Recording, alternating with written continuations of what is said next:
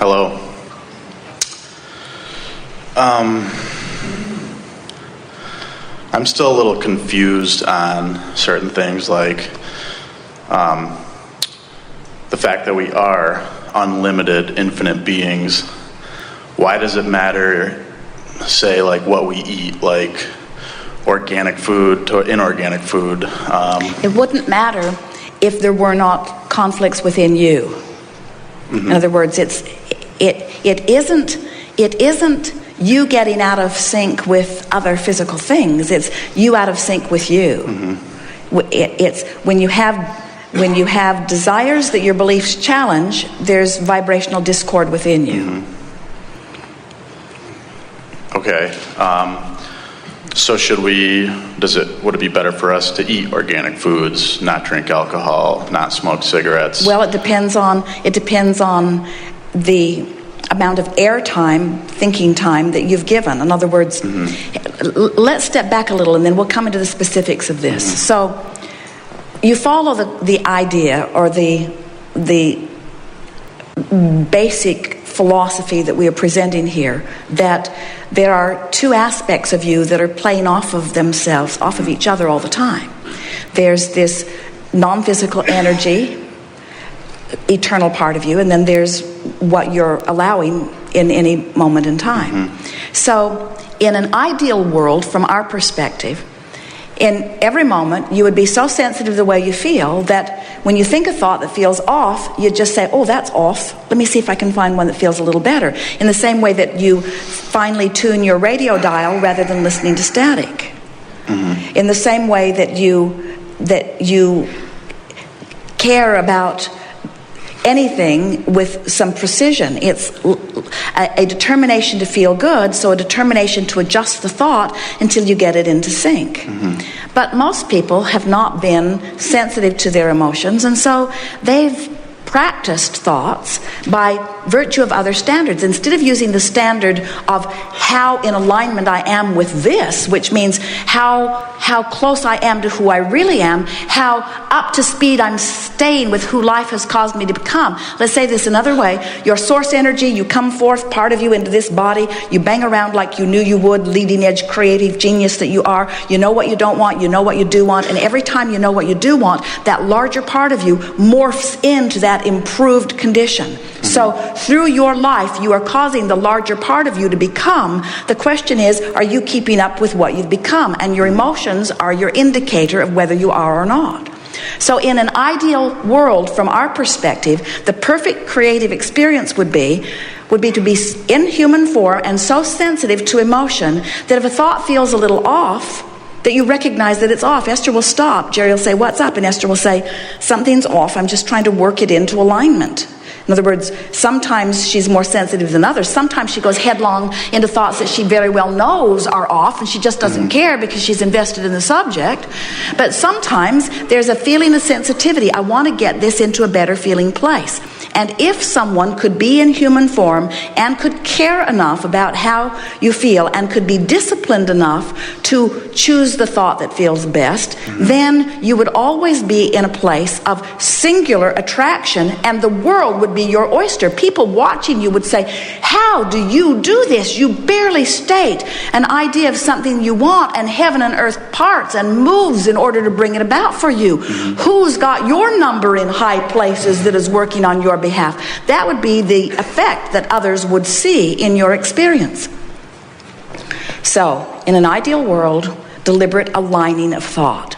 But if you've been living in a world and in a body and in an attitude and in a personality and in a behavior and in a mood where you're thinking this and you're thinking that, you've kind of been sloppy about your thinking, and instead of using the criteria of am I aligned with source as your reason for thinking, you use other things like, well, is it true?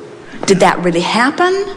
Do a lot of people think that? Did something go wrong? In other words, humans use all kinds of criteria as their reason for focus, other than, is it taking me to who I really am? So as they've developed these patterns of thought, a thought that you keep thinking, we're calling it first an activated vibration. if you keep doing it, it's a dominantly activated vibration. You could say it's a chronic thought. A chronic thought or an often activated vibration is what a belief is. It's a habit or pattern of thought. So if I have habits or patterns of thought that are not in sync with who I've really become, then I have a chronic discord that's going on within me. So the way we would approach it if we were standing in your physical shoes, we're not off this topic, it just sounds like it. We're going to bring it right back around to the specifics of what you're talking about. In the ideal world, you'd think and feel and think and feel and think. And you'd stay in sync, and thrive and thrive and thrive and thrive and thrive. But there's nothing wrong with, in the same way that we're encouraging you to find a thought that feels better, to find a behavior that feels better, to find a food that feels better. And in the same way, you have to kind of feel around for the thought until you figure out if it fits. Sometimes you have to feel around for the food until you figure out if it fits.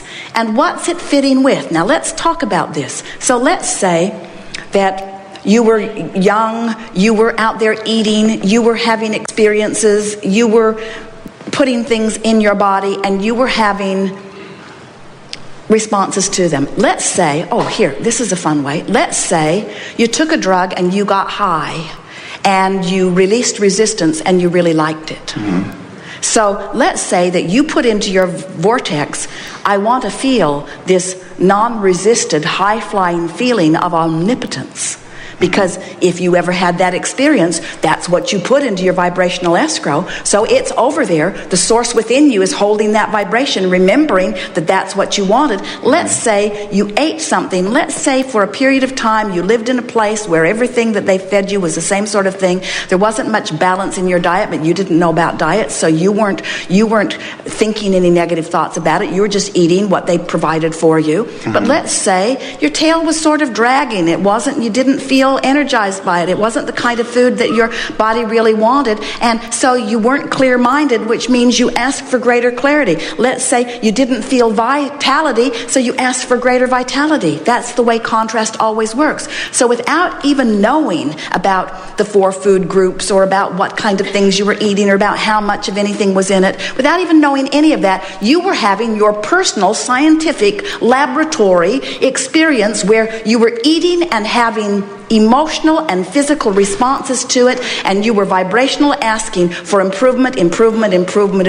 You were. So without even knowing it, you gave your source energy through trial and error, so to speak. There is no error, but through living of life, you told your source energy under what conditions you were optimizing and thriving, and under what conditions you were not. You gave that information vibrationally out there ahead of you. And now, source is holding that vibration and calling you to it. Now, if you care about the way you feel, and you're deliberately thinking thoughts that feel good, in that alignment, you feel joyful, you feel fascination, you feel vitality, and under those aligned conditions, you would feel an impulse to eat the foods that through life you had shown your vibrational inner being source were the best for you. You get how this works? In other words, you wouldn't need to read a book about what combinations of foods are good for you. You wouldn't need to know what vitamins or minerals or fibers or any other thing were in them. You wouldn't need to know that in terms of someone else's description, because you've been eating them, you've been having responses to them, you've been putting forth vibrational requests for them, and the source within you knows how to help you thrive. But what happens to most people is they don't get happy enough and stay happy enough consistently enough to hear the message of impulse that's coming from that perspective. This is leading edge stuff, folks. We've never taken nutrition or diet or metabolism to this far vibrational place before. Can you feel it? In other words, when you are tuned in, tapped in, turned on, the things that appeal to you, the things that occur to you are the things that work, the things that are the best for you. But what happens with so many, almost everybody questions almost everything that you do. because you haven't consistently maintained your alignment with source energy. You haven't stayed joyously happy long enough to really get your footing, to really know. And so as a result, you look to other sources as your reason to do the things you do. Now, this takes us back to the conversation that we had earlier about what's the difference between the emotional guidance that you're listening to and the intellectual guidance. You could read so many books, and we're surprised any of you can find anything to eat. Because somebody has written a book about all of it. Yeah. It's off in this way, it's off in this way, it's off, come this way, come this way, come this way, come this way, don't do this, don't do this. That's illegal, that's legal, eat that, don't eat that. In other words, you're jerked around in every direction because you're intellectually trying to sort it out, where if you would emotionally sort it out, you would be guided right to what your life has shown you that you thrive on, in all fronts. Best ever. Best ever. I mean, if I just feel naturally inspired to go have a few beers with my friends, yes, that's a good thing, right? I should do it. But here's the thing.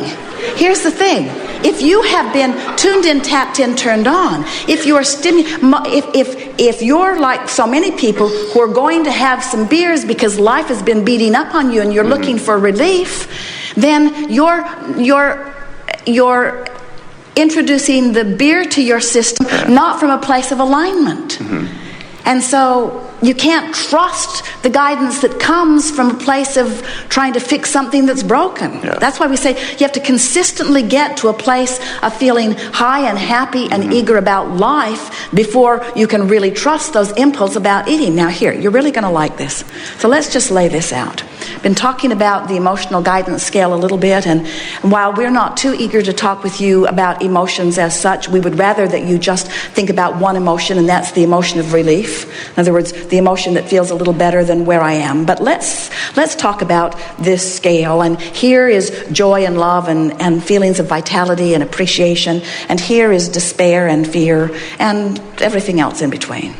So let's say you're someone, you're not, but let's say you're someone who's hanging around in feelings of powerlessness and fear and most things. That's where your vibrational set point sort of ends up. Sometimes you get mad and you're certainly resentful.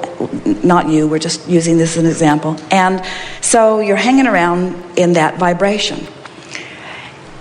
It is chartable. It is provable. There is evidence everywhere that people who chronically hang around in that vicinity have specific illnesses that are the indicators that they're hanging around in that vicinity. In other words, a chronic vibrational attitude of despair and fear brings diseases that match that, while overwhelmment brings diseases that match that. And joy, listen to the careful choosing of this word, joy brings diseases that match that. Only on the joy end, we can't call it disease, we must call it ease.